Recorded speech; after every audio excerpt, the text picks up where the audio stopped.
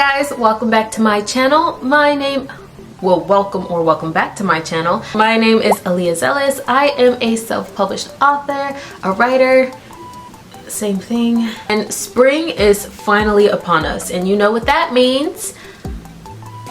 Spring and books. So spring is usually the season for romance, poetry, science fiction. So I know all of your favorite book girlies are probably giving you suggestions for the spring and suggestions on their favorite or new authors.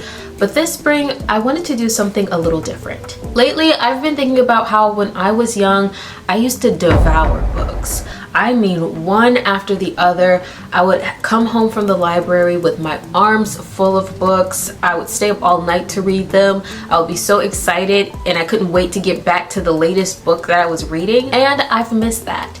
I don't have the same vigor that I once had in my childhood about books. And I know that's because, you know, as you grow, your energy, your job, adulting, all of that plays a part in not really having the same, I don't know, excitement or passion for some things that you once did in your youth. But I want to recapture that magic. And what better way to do that than with a spring book challenge? I created the spring book challenge on my Instagram and my Pinterest, Inner Child Edition, to recapture the magic of my childhood and heal my inner child through literature.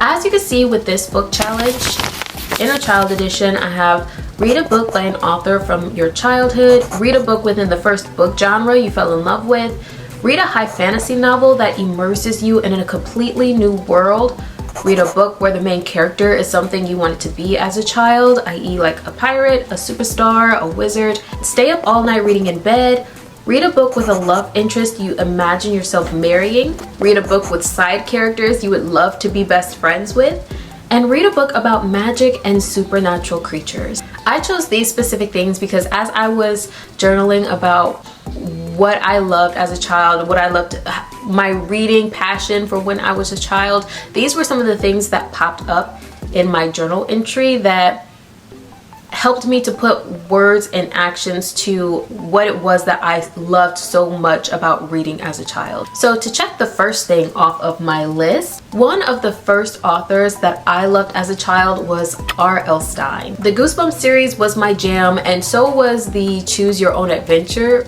books.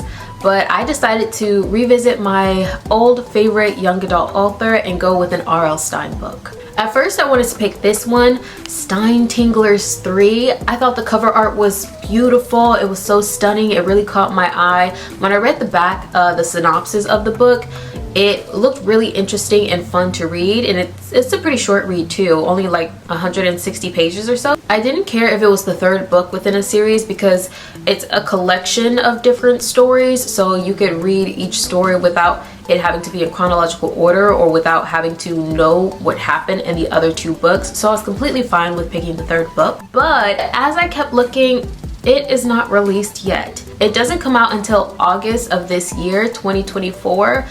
So I was a little bummed, and then I put it in my wish list cart and I kept on my search. Then I found this book, 99 Fear Street, and it's about like two twin sisters who battle this kind of evil within this house. I read the synopsis, I read the back, and I loved it. So I decided to go with this one, and it's a trilogy, so I'll have 2 more books to read after I finish the first one. I feel like I've read, because I read a lot of R.L. Stine when I was younger, so I feel like I've read something similar to this, or I thought I at least read this book. But you know, with R.L. Stine, a lot of his books and a lot of his series kind of intertwine within the same world and some of the same characters. So I wouldn't be surprised if I read something that alluded to this story but wasn't quite this story. Just looking at all of these Goosebumps and R.L. Stine covers just brings back so many memories. I already was getting a sense of nostalgia and warm and fuzzies. Although this is a thriller and is in the suspense genre, it's also marketed as I think a romance? It's still marketed as a romantic mystery, so that still stays in alignment of the kind of genre that's usually read for the spring. My book challenge template for the spring Inner Child Edition will be available in the description box below. Oh, girl, this scared me. It's my kombucha. My book challenge tiplet for the spring inner child edition will be available in the description box below, or you can see it on my Instagram or my Pinterest. If you guys are going to join in on the fun, let me know. Let me know what you guys think of the spring challenge and what books you guys are going to be reading for the spring. If you're still looking for books to read that you might enjoy, check out this playlist where I do book reviews on some really good books, and there may be a romance in there or two. And I'll see you in the next one. Bye!